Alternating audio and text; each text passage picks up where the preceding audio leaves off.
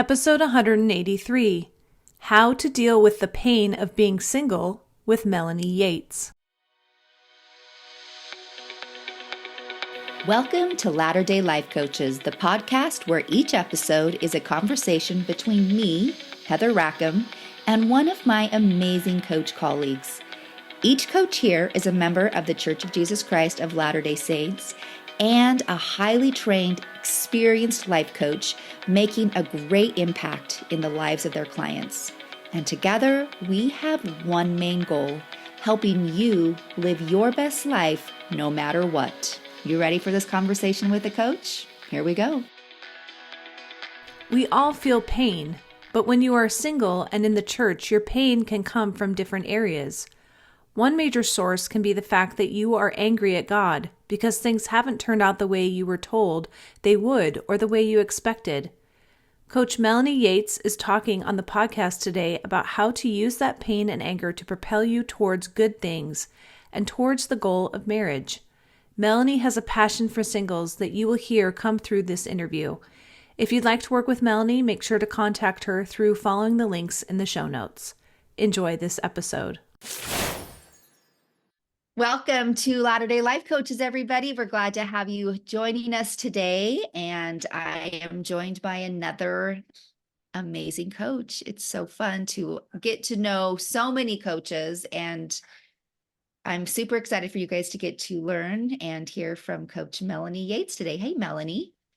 Hey, so good to be here. Oh, I'm so happy to have you. Melanie is coming to us from the warm state of California. And the sun is just, if you're not watching this, the sun is just shining through her windows. It looks like such a pleasant day there. It is. The sun is out. Yeah, I love it. Well, Melanie, before we get started and we share our great information that we have for people today, can you give us just a little, I don't know, a little bit of history on you? Help us get to know you just a little bit so that we can connect. Absolutely. I just love coaching. And as we were talking before, I got into coaching because of pain and relationships. And I don't know about you, but pain is a great motivator for me. And that's kind of what happened. I was in a marriage where it was painful and I was trying everything I knew how to do and it wasn't working. And I finally found some tools to kind of ground and make things more clear, because when you're in pain, what it felt like to me is that my mind was just racing all the time and I was in that fight or flight mindset. And I was confused. And I know that our Heavenly Father is not confusing. And so I started finding tools in coaching to integrate my mind, to calm my mind so that I could be more clear. And I started getting amazing results. And that became my new passion of teaching other people how to get the kind of results that I was getting. And again, I knew that Heavenly Father would back me in that, because I know our Heavenly Father wants us to be happy, joyous, and free. Oh, I love how you said that he's not confusing, because we are the ones that are confusing. We're the ones that get confused, and he is like the grounding source. But sometimes, like you said, we block ourselves from that peace and direction that we can find, and finding these tools that can help us calm so that we can see our heavenly parents in the process and get that guidance is so helpful. Emotions have to be managed. And I have always been a sensitive person. Oh, just even today, I am very sensitive. I can cry. I want to say I wrote this book and I talked about crying because I wanted to know the statistics about what the average person cries. And even for, I mean, obviously women usually cry more than men. And I still was really surprised at the statistics as far as even women crying. It was still like 3 times a month. And I'm thinking, oh my gosh, maybe I do need to go to a psychiatrist because I probably cry every single day. And it doesn't always have to be sad. Right. It's just this sensitivity that I will feel something so strongly, even being happy, even being grateful. So I've understood that tears can mean a lot of different things. And the best thing about tears is that they release hormones and chemicals in our brain that actually assist us in relaxing. I mean, I'm sure all of us know that after you cry, Yeah. you want to take a nap, Yeah. or you just, it's just a way to just kind of relax. Yeah. So I love crying. It's not like I try to cry, and I definitely have even looked at crying as a way to get attention. I have noticed that I because it just can be a pattern. Yes. Some people go to anger, some people go to tears. We all have these patterns, but regardless, emotions are signals, and they're telling us something about ourselves. They're usually giving us a signal it needs something. If I know that I'm sensitive I and I get the signal that a tear is welling up in my eye, it's letting me know something's going on. It's getting my attention. Same with anger. You know, um, these are signals. They don't have to be pushed down. A lot of us, that's exactly what we do. Part of where I was at when I was in that pain was from pushing down my emotions, and I wanted to ignore them. I like to be happy. Mhm. I like to be having a good time, right? And so why would I want to cry? Why would I want to be angry? Why would I want to feel these negative emotions? I want to feel only positive emotions, but that's not life, right? So Mhm. learning how to be curious and observe these feelings, whatever they are, give us a signal. And I think that our brain has been programmed through society and other, people, places, and things that this is a good emotion, this is a negative emotion. And so what if we just put the good and bad categories to the side and just looked at emotions as signals and not have to put them in, I need to be afraid of that and I want to get more of this, that kind of thing. And if we do that, we're able to open our mind. And when we open our mind, we can have another experience. We can have a different experience than we're currently having. Mhm. Great idea. Hard to do, right? I love hearing people say that. Like, let's leave them all emotions. Let's not label them. Like, why do we have to put them in categories? And because we've grown up in this society that we've grown up in, it is like pretty much ingrained in us. So, but even just saying that, even just hearing somebody say that, let's just take the categories away, that even just brings down some tension from thinking about those emotions that we don't love either. Like, oh yeah, it's just it's just a feeling. It's just a word. And not that it's just, right? It's not that we're trying to minimize what they are, because they're important, but they're nothing, it's not anything to be afraid of. Even questioning, okay, in the past, I've looked at anger as a negative emotion.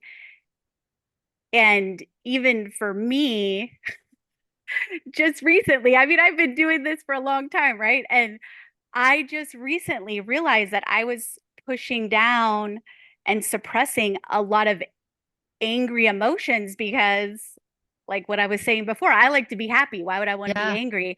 And I realized through some journaling that I was doing that I had suppressed this anger towards my childhood, that I Mm. just pretended everything's great. Everything was great my childhood. My parents are like saints, right? Mhm. No pun intended.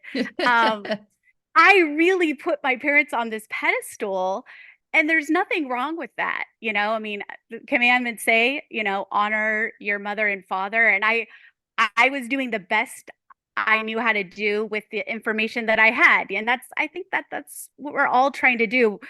And I recognized that I just wanted to see it this certain way, Mhm. and that I had been pushing down some anger. So being able to just look at it, just being able to see it and look at it and say, okay, in the past, I've avoided anger. But what if I was curious and I asked myself, what is this anger trying to tell me? What if anger wasn't a sin? What if anger didn't hurt? And just like open my mind to consider maybe there's something else there, instead of, when we're afraid, we avoid it, we Mhm. pretend, we ignore, we run, we self-medicate, right? We make excuses and distractions, and we don't want to look there, so we're looking over here. And it's really freedom. there's Yeah. there's a lot of freedom in being able to actually feel something, but it's not our default. Our default is to be afraid, and that's actually how Heavenly Father made us, so that we would survive. If if you're afraid of everything, then you'll run away from it and you'll live. We're supposed to be afraid because that's supposed to keep us safe, and we have to question with logic that fight or flight part of our brain, so that we can allow ourselves to grow and learn. Mhm. Because we also know that Heavenly Father, that might be our default, but we're also here to grow and learn. Right. Right.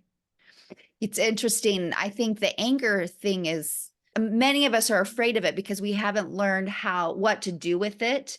And when we're angry, typically we see it reflective and harmful to relationships because we're usually angry at another person and we're afraid at how we will lash out at them and it affects those relationships. But if we can learn, like it really is teaching us that, hey, there's something in this relationship that could be better. There's something that you could grow from. There's more connection that could be had here. And that's what we can learn from that anger. The key is learning how to use it well and how to communicate that anger in a way that helps you grow rather than to disconnect. I've been reading Fight Right by the Gottmans, and it is so good. It really helps us see what to do with anger, how to we get afraid of the word fight, right? But that's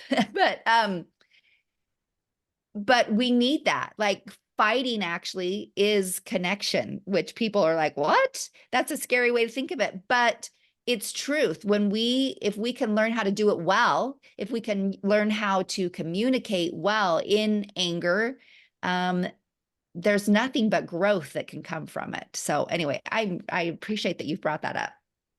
And I love that you made the connection with with fighting seems like a bad thing. And one of the reasons I was willing to look at my childhood and my parents and admit to my innermost self, like there's something not quite right there, and willing to look at it, is because I do want to have more connection with my Yep. parents. I do Mhm. want to feel close with them. You start getting older and you think, man, they might not be here forever. And what's missing, or what could keep flourishing my relationship with them? And what a beautiful thing. It just takes that willingness to want to keep moving and growing. A lot of us, we can rest on our laurels. We really can. It's so easy to do it and just think, good enough, Yep. you know. And then we're hard on ourselves, right? We'll say good enough, but then we beat ourselves up. I think, And I don't know if you've had this experience, especially in the church. People don't want to be angry at God or admit they're angry at God, Mhm. but they are. Mhm. And as far as being single and your life not showing up the way you want it to, or the, the spouse, or, your eternal mate not working out, you know, some of us even thought that if we followed all the commandments and were good members of the church, that we were entitled to a great marriage. Mhm. And it's not fair. And so when it doesn't work out, it's like, who are we going to blame? Yeah. Quietly, secretly, we're mad. Yep. And it's human nature to find someone to blame it on. So if it's like, I'll blame it on the other person, then I'll blame it on me. And then ultimately, we blame it on God. And when we don't get our way, we blame it on God. And that is a form of anger that is hush hush. No one wants to talk about that. And yet I've talked to a lot of members in the church when things don't go the way we thought we were promised or entitled because we're good people. We want to hold God accountable for that. Mhm. And it's painful, but you know what? If anyone's here listening to this that has been angry at God and thought, you're never going to admit it, or you want to ignore it and pretend it's not there, it's not doing you any favors, and Heavenly Father can take it. So you might as well start getting more honest in your prayers and just tell him you're angry. It's okay. Even Jesus got angry. Like, God gave us emotions, and I don't think there's anything wrong with them because he made us in his image. That means there's nothing wrong with us. We have these stories. That's what it is. It's we've come up with some stories to protect us, and then our results are directly proportional to the way I believe things are gonna go. Mhm. And then Mhm. those negative thoughts that don't work, they provide emotions, and then that provides behavior, and then that's what the result is. That's what you Yeah, get. for sure.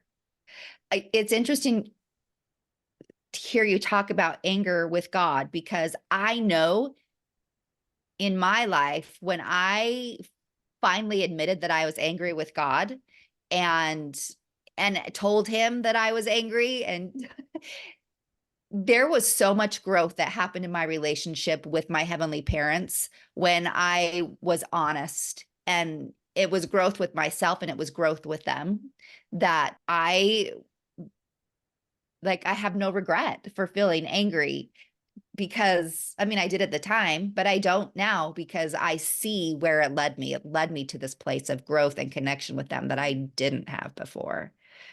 So, Yeah, connection. Like, who would have thought mhm. having this intense feeling that we've been taught is bad? I mean, people are like, you can't be angry at God. It's Yeah, a real human emotion. Of course yeah, you you can. can. Of course you Yes. can.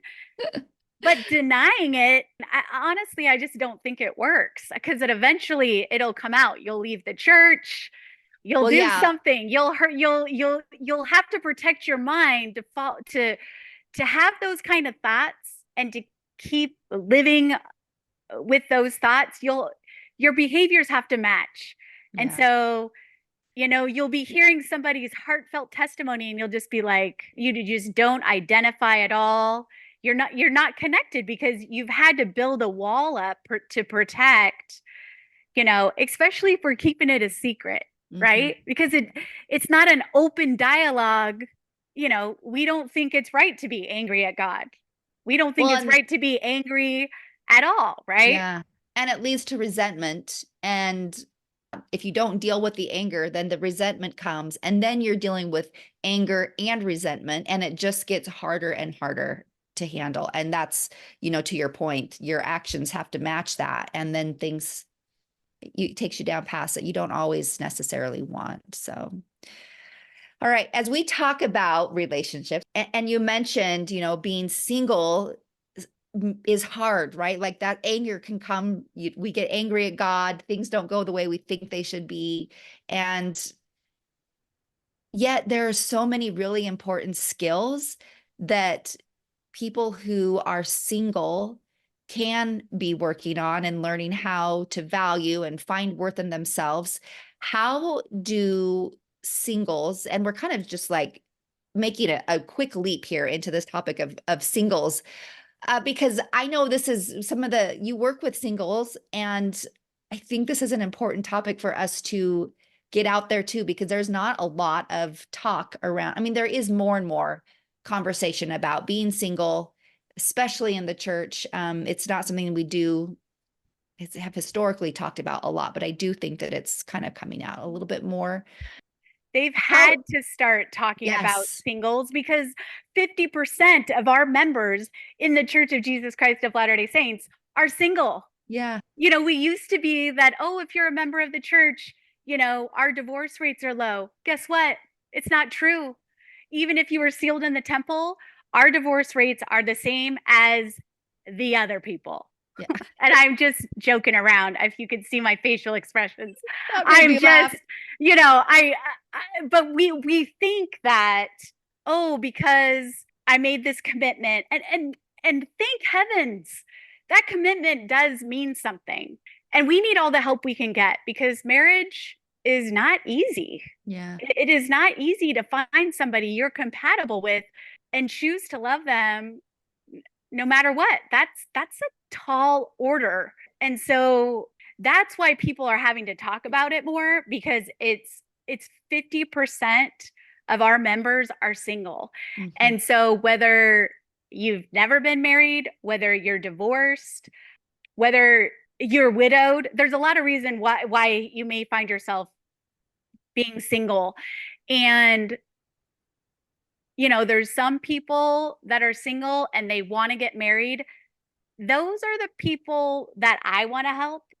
And yet I know someone's probably going to get mad at me saying this, but there's singles out there that are like, don't talk to me about marriage. And really, I just think they've given up. And so I want to talk to those guys too, because Heavenly Father gave Adam Eve, and he wants us to be in relationships with each other. When I think of the hereafter, we still have to practice getting along with one another. And believe me, living with someone is the best way to learn how to get along with somebody. Because I don't care if it was my best friend, there would be trouble. There would be trouble in paradise, because it's hard to live with somebody else. And we've all been raised differently, and we all have different ideas and beliefs about how the bathroom should be kept, or the kitchen, or when the dishes should be done, or, and that's just the small stuff, right? That's the small stuff. Yeah. Marriage for sure is a fast track, like how to help a relationship work, right? Like it's like this, it intensifies that process. And so how do people who are single, and we've talked about how important it is, like, to grow and connect, and relationships help us learn how to do that. But when people are single, how can they work on that relationship skill set? Well, I think the reason why there are a lot of LDS singles that are not married is because they have not healed from the relationships they've already gotten. Mm-hmm. They have not learned the lessons that they need to learn. That's why we're here on earth, is to learn. And I am no exception. I get to keep learning. And like I mentioned, I'm just now looking at some things that happened in my childhood that I am 47. I have completely ignored, pretended I had a fairy tale childhood. No one has a fairy tale childhood. And if you think that, give me a call, because I will direct you to where you will find out that there is some stuff there. And it's nobody's fault. It's just, this is how we keep growing. And so there's relationships that are painful, that may have been ignored, that need to be healed. And we're so quick to jump in a relationship because, and this is what I call it, a worth grab, because I'm looking for love in all the wrong places. And if I haven't healed my relationship with myself and the relationships I've had in the past, then I'm bringing that dysfunction and ick into the next relationship. And even if it doesn't come out, it's like there's this energy. There's this, like, I don't want to get into woo-woo stuff, but there's an aura, there's chemistry, there's charisma, that is energy that is coming off of you that tells the other person, treat me like this because this is how other people have treated me and this is what I'm used to being treated like, so go ahead. And sometimes it's in our body language, we're not even aware of it. And it's, as a body language expert, when you're a coach, you read a lot of body language because people will say, I'm not mad at God, and yet you can see things that are clearly saying there's something else there. So in general, I think all of us have to look deep inside my relationship with self and what beliefs I have about relationships. I think most of us have some negative self-talk, and we carry around guilt of not being good enough. And being members of the church, we have high standards, high expectations, and we are really hard on ourselves. And I continue to work on being gentle and kind to myself. I am the hardest on myself. And so I have to practice loving myself because I can't give what I don't have. And so, if you're single, I just have such a passion for singles because I know that Heavenly Father wants us to pair up and serve and love one another. And there's so many opportunities to do that. And usually it's about finding someone who you're compatible with. People aren't good or bad. Even my first marriage that didn't work out, it's like we weren't bad people trying to stay married. We were good people that did the best we both could, and it still wasn't enough. We just were not compatible. You can be a member of the church, you can have like the same faith and just be so uncompatible that it's just going to be like this. So I'll tell you, when I had a second chance, once I was single, it really meant a lot to me to want to pick a partner. It was easier. I wanted something that was more compatible. And so, how do you do that? If you're looking to have a goal like dating for marriage or that's a goal to have, a partner. I always feel like goals give our mind direction. And so if you have a goal to get married as a single person, then you need to have that goal specifically, write it out, put it on paper, because people say that that's how you get a goal. Most people don't get goals because they never write them down. So what I encourage people to do as a coach with a goal, you write the goal down, and then there's these components. What do I know about how to get that goal? Now, people are like, well, I've gone to a conference, and it's like, okay, have you read any books on how to get married? Or what are the things that you need in a relationship? Communication is one. When's the last time you read a book on communication? Have you listened to a YouTube video on communication? What are the pitfalls of dating in the LDS community? There's things that we probably think we know, but we don't really know enough to get the results. If you're getting the results, then you probably know enough. But if you aren't getting the results, it means there's still more to know. Now, people can get stuck on what I need to know to get my goal and don't use any of the other senses that are so important, like I know, I see, I say, I feel. And so I need to see, visualize what it looks like to be married. What does that look like? What does it look like to live with somebody else? Having a vision board, having a detailed description of what that looks like. And then, even if you had pictures and words on a vision board, vision is when you close your eyes and you still see it. And then what we say about it. So I know I work with a lot of singles, and I have so many incredible women. Oh, men are missing out on these like amazing women, man. I mean, these gals are just, man, they are top notch. And my husband, he knows some brothers that are single, and it's like, we got some top notch people here. How can we get them together? So some of these false beliefs are like, there's no one out there. A belief like that, and things that you say about dating, or I'm not going to do it. There's no one out there. It doesn't work. I've tried everything. Oh, if that isn't, when I say I've tried everything, I pull myself up short. That is the biggest lie. I have not, how can I possibly try everything? I have not tried everything.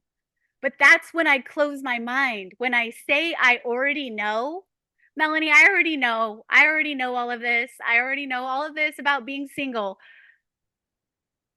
Set aside what you think you know so you could have a new experience. Our brains are used to just going down the regular neuro pathway that you have made from the beliefs and feelings and patterns that you have done your whole life. And there is a way to get off the freeway and get on the back road and start creating another neural pathway, another way of thinking about marriage, about the opposite sex, whatever. I've heard, I don't trust them. Like, I don't trust the opposite sex. There's these beliefs that are not serving. They don't serve you. Even if we just go back to the commandment, love one another, some of these beliefs are keeping us from even seeing another person just with a neutrality, like just neutral, right? Mm-hmm. So we need to watch what we say. And again, when we were talking in the beginning about questioning our thoughts or my words, there's words that if I put them on paper and I ask myself, is that really true? That all men are not trustworthy? That I can't trust the opposite sex? Is that really true? Can I absolutely know there is not a soul out there that I could trust? And it's just, if it's a negative thought, the answer is always no. You can't possibly know it's true. Even if you've had experience after experience after experience. Why do you think we need a higher power? Why do we need Heavenly Father? Hope. There is always hope that a negative thought is not true. If anyone listening hears me say, take it home with you, that if it's a negative thought, God has more for you. And if you can just be aware and ask yourself when you notice that feeling of ickiness and negativity, and you can just pause and ask yourself, is that true? Your first answer is going to be, yeah, it's true because I have the evidence and proof, right? Then ask yourself, can you absolutely know that it's true? Does Heavenly Father want me to believe that that's true? And sometimes it takes me does Heavenly Father want me to think that that's true? For me to actually be like, well, maybe he doesn't want me to think that. Maybe, but maybe it's better than never. And it's again, opening our mind up to just, if I can set aside what I think I know. And if you're getting the results out of your life with your relationships, keep doing what you're doing. I'm talking to the people that aren't exactly where they want to be in life, and maybe they've already given up, but this is about, if I could just set aside what I think I know so I can have a new experience. That's an open mind. That's all we need. Just a crack in the door to open and have a new experience. And I know that Heavenly Father has so much for us, and we block ourselves off from the sunlight of the spirit, so to speak, because we're trying to protect ourselves, you know, when God is the only one that can protect us. And so the next thing is the way I feel. So when I start talking and I start affirming a better truth, that's going to start changing the way I feel. And so how would I want to feel in a relationship? You got to write it down. You have to describe what you want to see in your marriage. You have to describe what you would say in your marriage. You have to describe what you would feel in a relationship. How do you want to feel? And one of my dating tips would be, when you're with somebody on the first date, on the second date, how do you feel when they're not around? Like when you leave the interaction, how do you feel? Because there's this energy that's going back and forth. Exchanged. Exchanged. Yeah. Thank you. That Yeah. word was just I not know. coming out. Yep. An exchange. Yep. It's there. You're getting feedback. Most of us stop trusting our intuition because we want to get married so bad. We're willing to like ignore red flags. We don't say what we really want because we're just hoping that the other person isn't going to break our heart, and we're just hoping it's going to turn out the way we want it to. There's so much more to it than that, especially if you really want somebody you can be yourself around, and that you can learn to keep growing together. Because if you don't learn to grow together, it's going to be tough. It's going to be hard. Yeah. You basically have gone through our senses, right? Like to see and to say, I mean, those are, I guess speech isn't necessarily a sense, but as I've listened to you describe all those different things, they are like, they're part of our humanity, our sight, our voice, our feeling. Our brain turns on when we talk, and our brain, when we talk, it's the sense, we're auditory, we are hearing it. So it is auditory. Auditory is a sense, but what I've recognized is that even body language turns on receptors in the brain. And the more we can turn on, the faster we can get to a goal, because all those senses in our brain are firing and helping us get there faster. You know, the affirmations by themselves, you know, there used to be there was a big hype about affirmations, and they didn't take into account, if I say, you know, I am married, or I am rich, you know, I am successful, your brain automatically goes to, well, the last time I looked, I didn't see a wedding ring. And the last time I looked at your bank account, you're far from being successful and rich. And so it doesn't work. What they've proven with research, and this research is fascinating. I just love it. The body language stuff.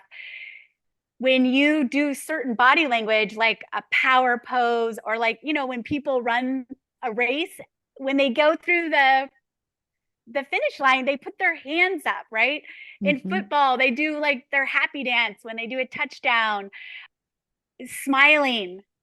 These positive body language actually, again, is going to release feel good endorphins, hormones, and chemicals from your brain. And that, when our brain picks up on speaking something, smiling, and our tone, right? Our tone is another way of, am I excited? Am I sad? Am I angry? Am I bored? All of those things are giving your brain a signal. Think about, when you're walking and you're looking down. When you look down, you start rolling your shoulders forward versus looking up and out and putting your shoulders back. How do you feel when you put your shoulders back versus like going in a ball? And for women, our society has kind of taught us to be small, right? Because that's feminine. But that actually is telling our brain to be small. It means you aren't worthy of taking up space. And it's on a subconscious level. So just using some power body language by putting your hands on your hip, like I think of Wonder Woman. And some of the studies I got was from Amy Cuddy. Fabulous. She's got so many cool, inspiring videos about how body language alone and the research behind it, proven evidence, validation that simple little things increase the way our mind sees something far more than just saying the words. So I always say with the affirmation, use your whole body. Like you put your feet on the ground, stand up, take up space, get big, and say your affirmations like that, because your mind, even if you're sad and you smile, your mind still releases the endorphins. And so it's just another way of training our brain to look at things in a positive way and help us get over the hump. Some of us just get stuck. Like I said, with my sensitivity, I just get stuck in feeling sorry for myself. And it's like, I can just get stuck there. And so it's like using body language as a way, even if I don't feel it, using body language, to get me out of bed. I don't know if you guys have Alexa, but the other day I said, Alexa, help me get out of bed. And she's going to start talking now. And she said, tell me to sing you a song. And she started doing a song, and it's like I just started moving my body just a little bit, and I got out of bed. So there's stuff like that.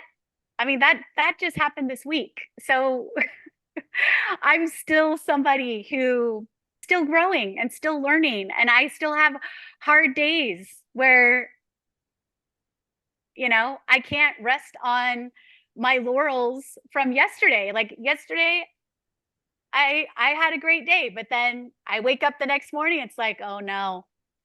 Here we are again.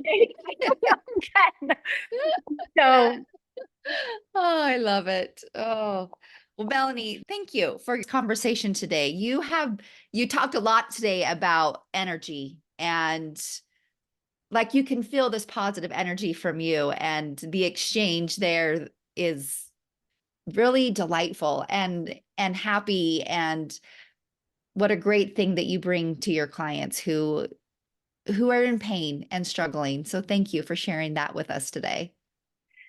Thank you, Heather. I really admire the way that you are orchestrating people to get the word out that there are people that can help, And I love all this good information that you're being able to put out to the world, to coaches, to LDS members that could be struggling, that there is hope and that there's help. It's Yeah. just wonderful.